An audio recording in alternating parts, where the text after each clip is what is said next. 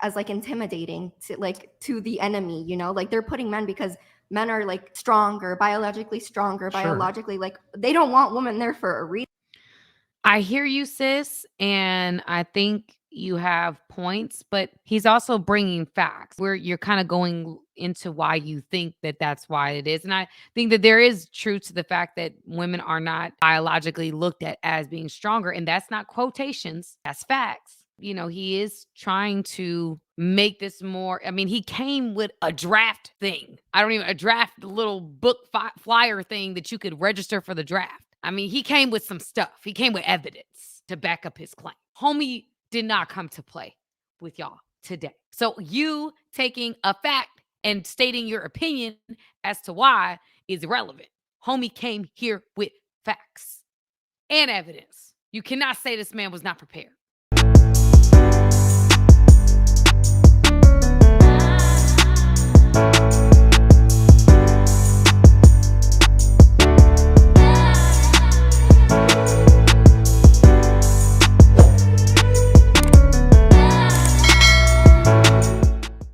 Hey y'all, it's your girl Samantha Lee, and I'm here with a reaction video. And this time I'm taking from the Whatever podcast.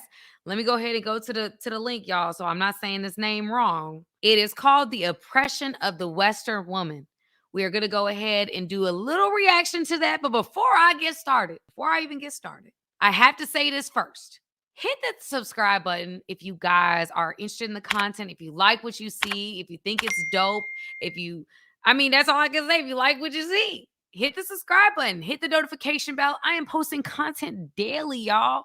Daily. I am on and I'm working and I'm posting content for you guys, hoping that it brings you value and we can have some thought-provoking conversations. So hit the subscribe button, hit the notification bell. Also, below, you guys will see a link to my new ebook. When I hit 100,000 subscribers, and I did it in less than 4 months, I was like, what can I do to provide value to the people that have gone out of their way to support me? And I came up with this ebook. So I just need you to go below, click the link. And when you click that link to get to the ebook, you are also added to my email list, which allows you guys to get updates from me, whether it's relationships, spiritual advice, or revelation. If I'm going on a live, if I'm going to a different city for an appearance, you will be in the know. So please do not be shy about hitting that button, opting into this book. Okay. So anyway, guys, we're not going to waste no time tonight. No more of your time will be wasted. Okay. We're going to get straight into it because I know that we can do it. All right. Let's get into it, guys. Let me go ahead and let's play this thing. Let me make it bigger. All right. Here we go. You said that basically the patriarchy theory, that men built this country for other men. Now, I agree with you on the first part. Men did build this country. However, men didn't build it for the benefit of other men. They built it for their families, their wives, their sons, their daughters. So I agree with you that yes, this country and all countries, in fact, have been built on the backs of men, but it's not for the benefit of other men. In fact, they've actually done studies on this. Men have an out-group bias. So men have an out-group bias. See, this is when she knew she had the game messed up, okay? She knew she had the game messed up. He came with the laptop and he came with the FACTS. He is not playing with y'all today. For women, whereas women have an in-group bias for other women. In other words, the sisterhood. There's a sisterhood amongst women. There's not a brotherhood amongst men, at least to the same degree that there's a sisterhood amongst women. Every single thing that you see around you, the buildings you live in, the streets you drive in, the infrastructure that you rely on to survive was all built, created, and is maintained by good, honest, hardworking men that simply want to provide for their family. It's not men wanting to oppress women. It's just men that want to work and provide for their family. Then why couldn't women vote? Because men were subject to military conscription. Because women didn't want to vote either at some point. Because if they voted, then that means they have to be drafted too. Isn't that correct? Yeah. Yes. Yeah, the reason, by the way, Throughout the vast majority of human history, men didn't have the vote either. There was a small percentage of men who had power. The rest of the men were also oppressed alongside all of the women that were oppressed. It was like previously you had tyrants and kings and dictators. Men couldn't vote. This is like voting came around in, like, broadly speaking, in the 1900s. In 1920 is when women got the right to vote. So this voting thing is very new. Democracy is very new. Most people never had the right to vote. The way men had the right to vote was because of warfare, because men could be drafted and sent to fucking the Maginot Line in France and go in the trenches and get trench foot and get chemical gassed. And to this day, women were able to secure the vote without the corresponding responsibility. Women have a right without a responsibility. Men have a right with a responsibility. That responsibility is you have to die for your country. Dex, you donated $50. Thank you, man. It's crazy when we don't go in her direction, or we put forward an argument. She closes. This is not a debate. She uses words that she doesn't know the definition. Why they do her like that, y'all? Why they do her like that? They say it's crazy when we don't go in her direction or we put forward an argument, she closes. This is not a debate. She uses words that she doesn't know the definition, i.e. female oppression. But I think that we also need to brings about a good point, right? She's saying basically that men built the country for men. He's saying, no, that's not true. They built it for families. They built it for more than just themselves or just for men to enjoy it. And he's going further to say, when she talks about the right to vote, and that speaks to men not wanting women to be a part of the building of this country or taking part of different things of this country, he's coming back with some facts about voting. And so this is really education time. We just need to just allow him to just educate. Female oppression. Yeah, when it comes to voting, basically men to this day are subject to military conscription. I have this here. You want to talk about systematic oppression. I don't know if you've heard of the selective service system. So I don't know if you can read this. Men 18 to 25 years old. So this is a draft. Ignore the bright colors. If you open this up, this is a draft registration form. It says 18 to 25-year-old men. Only men are subject to military conscription. That's why men got the right to vote before women. I think still to this day, women don't want to be drafted. And they can't. And they can't. And so they're fine with that. You don't see any women pushing back saying, I want to be drafted. Exactly. Nobody wants to be drafted. Yeah, but if women were oppressed, they would be doing that. No, because Equality, the reason right? why women are drafted or put on the front line is because women aren't seen as like intimidating to the enemy, you know? Like they're putting men because men are like stronger, biologically stronger. They don't want women there for a reason. I hear you, sis. And I think you have points, but he's also bringing facts where you're kind of going into why you think that that's why it is. And I think that there is truth to the fact that women are not biologically looked at as being stronger. And that's not quotations, that's facts. You know, he is trying to make this more, I mean, he came with a draft thing. A draft little book flyer thing that you could register for the draft. I mean, he came with some stuff. He came with evidence to back up his claim. Homie did not come to play with y'all today. So you taking a fact and stating your opinion as to why is irrelevant. Homie came here with facts and evidence. You cannot say this man was not prepared and he hungry. Reason. Okay, you're not totally wrong. Yes, men, generally speaking, are more suited for warfare.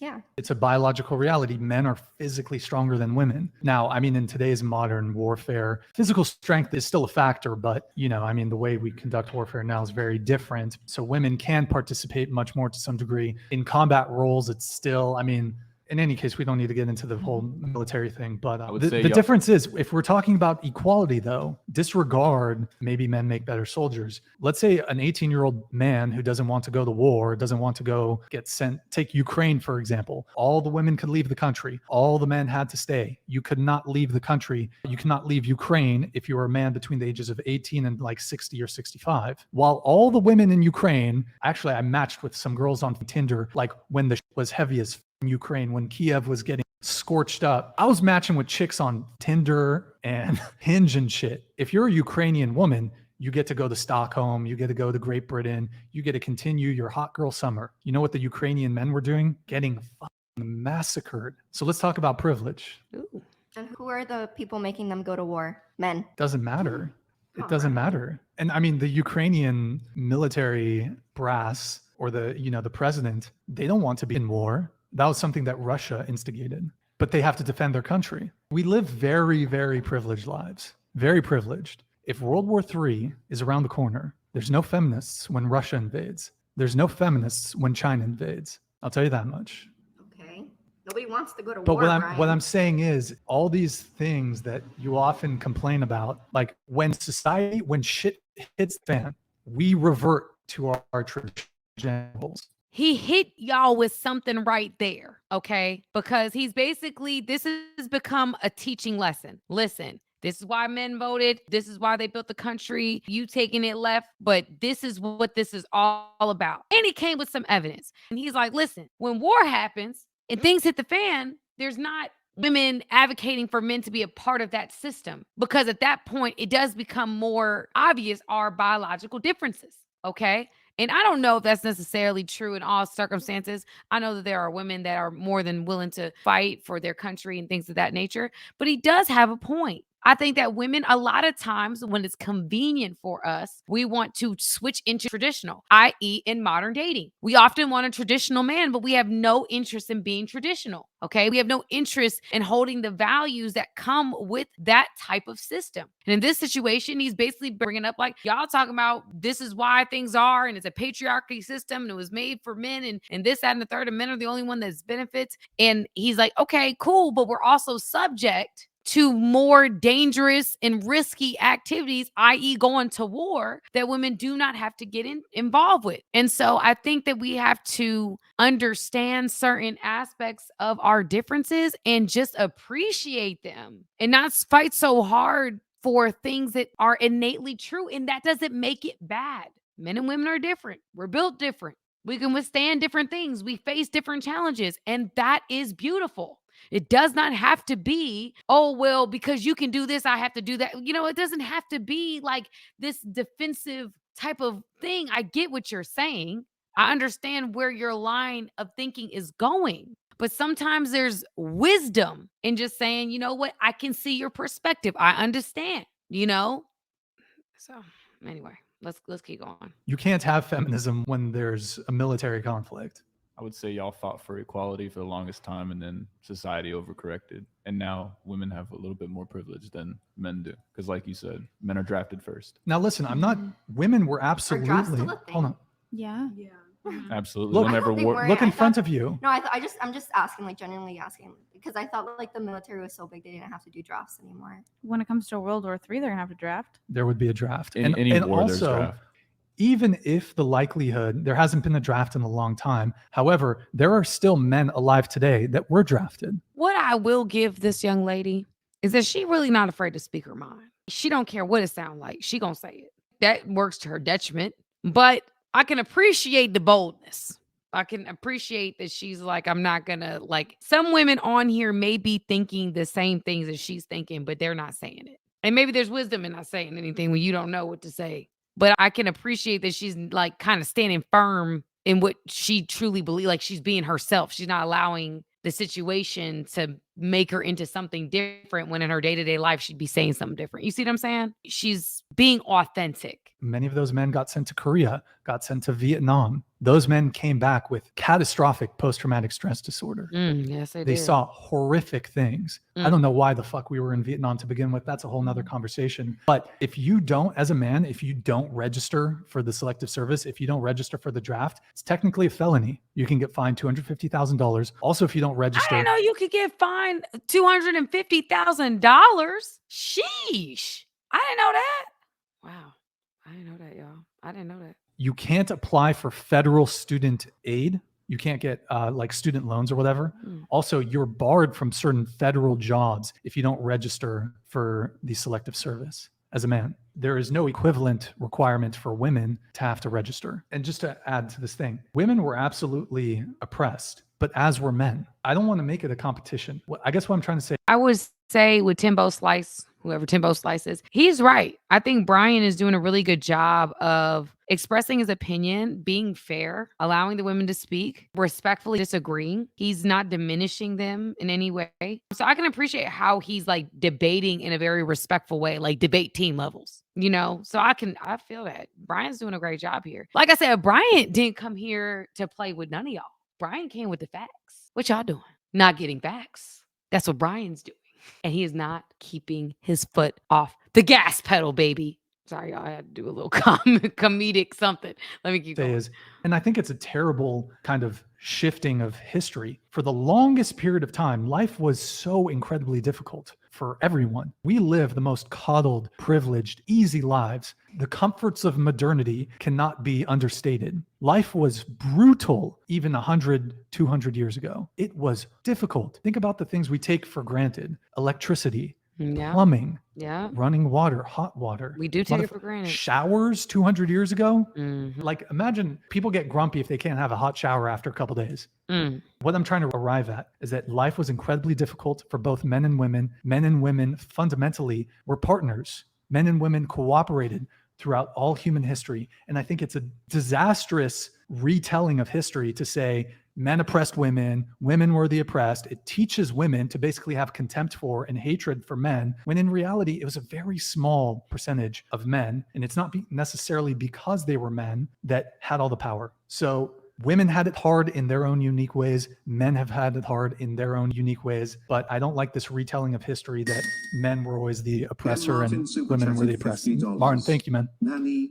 This is what I love about what he's saying. And it's something that if you guys have watched my content on YouTube or any other platform that I have, is really us not trying to compete, but just seeing what's happening and appreciating the differences. Like, men and women are different, and that's okay. We're strong in different ways, and that's okay. We'll go through different trials, and that's okay. There's things that we face that are unique to our gender, and that's okay. And so I think that him being respectful in this debate, like literally stating the facts, like, hey, I don't like how it's been played out or how people say certain things. Now, again, y'all, I ain't no history buff. I know a lot of things, but I'm not into history. So I'm learning something with you guys today, okay? And I want to read the super chat since he super chatted so nicely. Nanny, you probably don't have to explain yourself to the kids you care for. Nanny, you probably don't have to explain the kids you care for. However, in the real world, you cannot make aimless, ludicrous statements and not substantiate them. That hurts the validity of your claim. The oppressed nanny OF girl.